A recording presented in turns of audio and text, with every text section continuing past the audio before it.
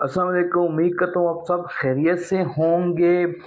जो सियासी टेम्परेचर है, दिखावे का कह लें या सीरियस वे में देख लें, नून लीग और पीपल्स पार्टी का जो है वो दिन ब दिन बढ़ता जा रहा है। पिछले 8-10 दिन से जब से मरियम नवाज साहिबा ने एक जलसे में थोड़ा सा पंजाबियत का नारा लगाया या पंजाब का जो पानी है उस हवाले से कुछ बयानबाजी की और तनकीद की पीपल्स पार्टी के ऊपर, उसके बाद से एक बहुत ज़्यादा जो सियासी टेम्परेचर है पीपल्स पार्टी और नून लीग में वो बढ़ गया है। दोनों इत्तेहादी जमातें हैं, दोनों हुकूमतों का जो है वो मज़ा ले रही हैं। पीपल्स पार्टी को ऑफर भी कराई है पीटीआई ने कि अगर आप सीरियस वे में ये बयानबाजी कर रहे हैं और सीरियस वे के अंदर आप वाकई तौर के ऊपर आप तंग हैं शहबाज शरीफ से, मरियम नवाज साहिबा से, तो हम तरीक अदम एतमाद पे भी वर्किंग कर सकते हैं और नो कॉन्फिडेंस मोशन जो है वो लाई जा सकती है। लेकिन ये जो लड़ाई हो रही है टोटल दिखावे के लिए हो रही है और इस लड़ाई का ये एक फ़ायदा जो मेरी नज़र में आ रहा है, जितने पिछले 8-10 दिन से टीवी शोज हो रहे हैं, टॉक शोज हो रहे हैं, उसके अंदर पीटीआई जो है इररेलेवेंट होती जा रही है। ये लड़ाई इस लिहाज से मुल्क की सियासत को अगर पीछे को साइड पे अगर करके देखें तो इस चीज़ के लिए जो पीटीआई को जो इनकी लड़ाई है वो नुकसान पहुंचा रही है।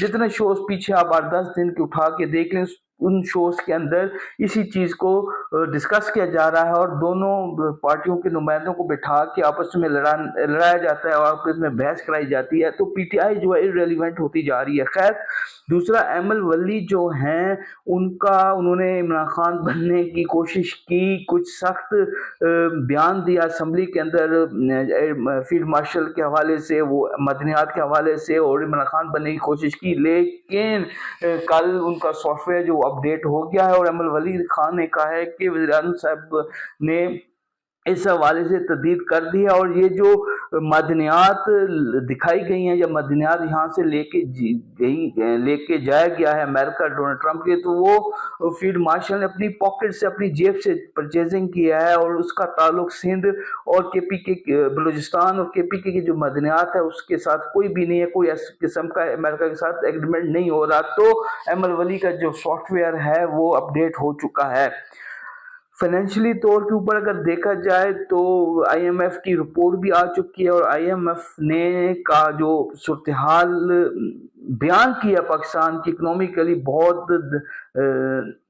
खतरनाक हद तक बुरी है और जो ये इमरान खान के दौर में कहते थे कि बैंकक्रप्ट हो जाएगा पाकिस्तान खुदा न ख्वास्ता, तो खुदा न ख्वास्ता मैं आपको बताऊं जो अभी सिचुएशन है इकॉनमी की वो इसी तरफ जा रही है। अगर जस्ट हम अगर देखें पिछले 2-2.5 सालों में जब से पीडीएम की हुकूमत आई और पीडीएम के बाद ये जो चोरी के फॉर्म 47 की हुकूमत बनी, तो जो कंपनीज, बड़ी बड़ी कंपनी जो पाकिस्तान के अंदर, इंटरनेशनल मल्टीनेशनल कंपनी जो पाकिस्तान के अंदर जिन्होंने इन्वेस्ट किया हुआ था वो बंद होना शुरू हो गई। शेल बंद हो गई है, टेलीनॉर बंद हो गई है, उबर क्रीम ने जो अपनी सर्विसेज हैं वो पाकिस्तान में ख़त्म कर दी हैं। फिर सदा पे जो जैस कैश और इजी पैसा और यू पैसा टाइप की एक जो ऐप है, माइक्रोसॉफ्ट बैंक उसको कह सकते हैं, वो बंद हो गया है। फिर उसके बाद जो सनोफी जो एक फार्मास्यूटिकल है वो बंद हो गई है। उसके अलावा टेलीनॉर है, यामा कितने सदियों से पाकिस्तान के अंदर, कितने सालों से पाकिस्तान के अंदर काम कर रहा था, बहुत पुराना कंपनी थी। यामा मोटरसाइकिल जो बाइक बनाने वाली कंपनी है वो भी यहाँ से जा रही है।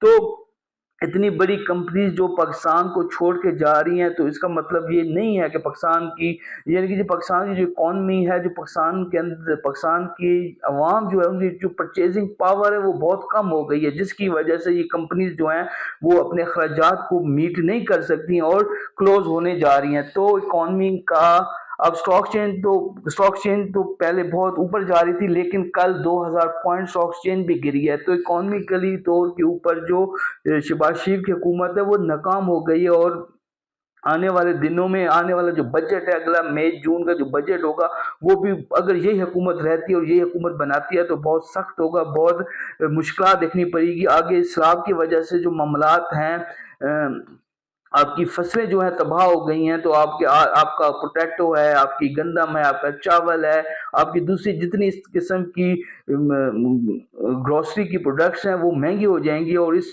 کو اوورکم کرنے کے لیے کوئی پلان جو حکومت کا وہ نظر نہیں آتا. خیر اللہ تعالیٰ ہم سب پر رحم کرے. بہت شکریہ.